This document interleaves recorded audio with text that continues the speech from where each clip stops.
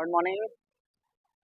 चुनाव का दौर खत्म हो गया है और ये चुनाव 16 मार्च 2024 से शुरू हुए थे। 75 दिन की जद्दोजहद के बाद 7 फेज में जो चुनाव हुए, ये 19 अप्रैल को पहला फेज हुआ और 1 जून 2024 को अंतिम चरण का चुनाव संपन्न हुआ। 43 दिन के इस चुनाव पूरा रण में बदल गया था पूरा देश। और इस बार तरह तरह की बातें भी सुनने में आई, अलग अलग तरह के लोगों ने अलग तरह के बयान दिए। कुछ जिम्मेदार पदों पर रहते हुए लोगों ने गैर जिम्मेदार जो बयान भी दिए गए, जिसका पूरे देश ने एक जनादेश भी दिया है कि ऐसे बयान जिससे देश की संप्रभुता और देश की एक पंथनिरपेक्ष जो छवि है वो धूमिल ना हो, उसके लिए एक साइलेंट जो है जनादेश दिया है देश ने, उसका स्वागत है। और अब ये पहली बार नहीं हुआ है कि एक स्पष्ट बहुमत किसी को नहीं मिला है, लेकिन जैसा अनुमान लगाया जा रहा था और हमारे मीडिया ग्रुप भी लगातार अनुमान लगा रहे थे कि स्पष्ट बहुमत आएगा, लेकिन देश ने नकार दिया। उसके कई कारण हैं। जो स्पष्ट का पहला कारण यही है कि इस बार सत्ता पक्ष ने कुछ नफरत की राजनीति को आधार बनाया, ना कि विकास की राजनीति को, जिसका जनता ने पूरी तरह से उसको नकार दिया। इसके साथ साथ जो इंडिया गठबंधन था, उसने एक साफ सुथरी छवि के साथ एक अच्छा संदेश देश को दिया, जिसको देश ने उनको नीचे से यानी कि उनको फर्श से अर्श पर पहुंचाने का काम किया है। और भले ही उन्हें स्पष्ट बहुमत नहीं मिला हो, लेकिन ये एक संकेत है कि आने वाले समय में देश उन पर भरोसा कर सकता है। अब जिम्मेदारी उन चुने हुए सांसदों की है कि वो देश को किधर ले जाते हैं। वो एक ऐसी सरकार बनाने में सक्षम होते हैं कि नहीं जो देश को आगे ले जाए, मजबूती दे और भारतीय संविधान की रक्षा भी करे। इसके साथ साथ इस चुनाव में 8,360 उम्मीदवारों ने अपने भाग्य आजमाए, जिसमें 3,915 निर्दलीय उम्मीदवार रहे। जबकि पिछला जो चुनाव हुआ था 2019 में, उसमें 7,928 चुनाव मैदान में उम्मीदवार उतरे थे। इस बार और अधिक संख्या में उतरे।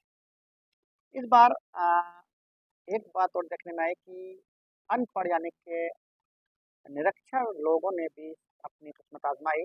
121 उम्मीदवार ऐसे थे जिन्होंने अपनी शिक्षा को नहीं लिखा, अर्थात यानी वो अनपढ़ थे। और 34 से करीब 82 ऐसे उम्मीदवार थे जिन्होंने 5वीं तक की शिक्षा प्राप्त की।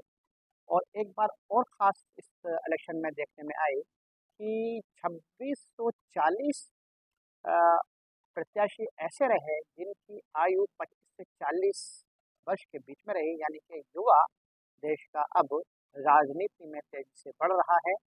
इसके साथ साथ देखने में ये आया कि सभी पार्टियों ने अपना अपना एक एजेंडा बनाया था और अपना अपना एक लक्ष्य निर्धारित किया था, जिसमें सभी दल विफल रहे। उसका कारण एक ये रहा कि सभी दलों ने उन ज़मीनी हकीकत को, उस ज़मीनी धरातल को नहीं छुआ जो छूना चाहिए। इसके साथ साथ जो लोग आगे बढ़े और अपना जनमत बनाने में कामयाब रहे, वो जनता के भी करीब रहे। इस इलेक्शन में कुछ ऐसे नेता को भी हार का सामना करना पड़ा जो पिछले चुनाव में अच्छी लीड के साथ जीते थे, और कुछ बड़े नेताओं को अपनी पिछली जीत से कम जनादेश मिला, जबकि कुछ को अपनी पिछली जीत से कई गुना जनादेश मिला। इससे पता चलता है कि जनता में उनकी क्या पैठ है और जनता में कितना उनका विश्वास बढ़ रहा है।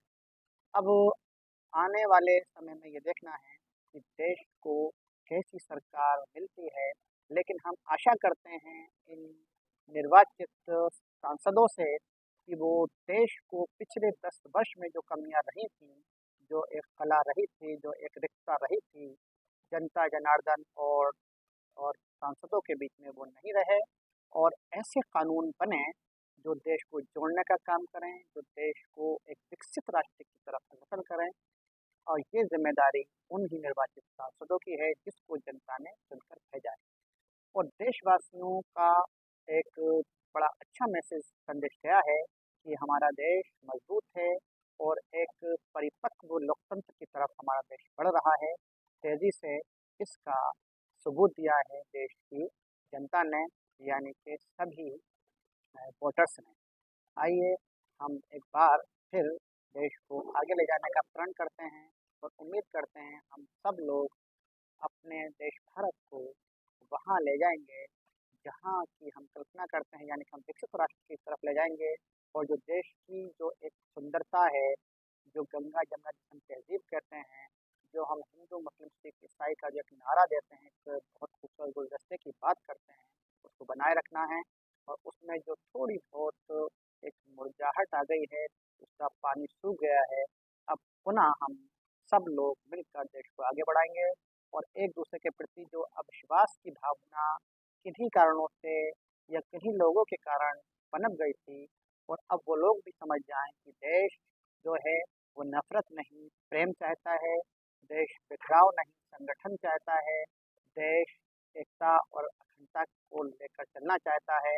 और सब तरह की जो दुर्भावनाएं हैं, जो घृणा है, उसको मिटाकर हम देश को आगे ले जा सकते हैं, क्योंकि देश में प्रतिभा है, प्रेम है, सौहार्द है। और प्राकृतिक रूप से भी देश हमारा बहुत ही समृद्धशाली है। बस आवश्यकता है हम सब लोग मिलकर और एकता के साथ इस देश को आगे बढ़ाएं। और जब भी कोई इस तरह के चुनाव आए, उसमें हम मिलजुल कर ऐसा जनादेश दें। अगर हमारे राजनेताओं से भी गलतियां हो जाएं, तो वोट के माध्यम से, अपने मतदान के माध्यम से उनको हम सिखाएं कि देखिए हम लोग ये चाहते हैं। क्योंकि कोई भी राजनीतिक दल बिना जनता की मर्जी के नहीं चल सकता, और कोई भी दल, कोई भी नेता जनता से ऊपर नहीं हो सकता। यही हमारी संविधान की आत्मा है कि हम सब जितने भी राजनेता या सरकारी जितने भी हैं, कार्मिक कर्मचारी, वो सब जनता के सेवक हैं। जिस दिन हमारे बड़े नेता और सांसद, विधायक और जितने भी जनप्रतिनिधि हैं, ये पूरी तरह से इसको मन से समझकर काम करना शुरू कर देंगे, तो देश बहुत तेजी से आगे बढ़ेगा। आइए एक बार फिर हम इस आम चुनाव के परिणाम का स्वागत करते हैं और एक मजबूत लोकतंत्र को आगे बढ़ाने की उम्मीद करते हैं उन सभी विजयी सांसदों से जिन्होंने जिन पर हमारे देशवासियों ने भरोसा किया है। और अब राजनीति को एक नया रूप लेना चाहिए। अब नफरत की राजनीति के बदले प्रेम की राजनीति, एकता की राजनीति, सद्भावना की राजनीति करनी चाहिए।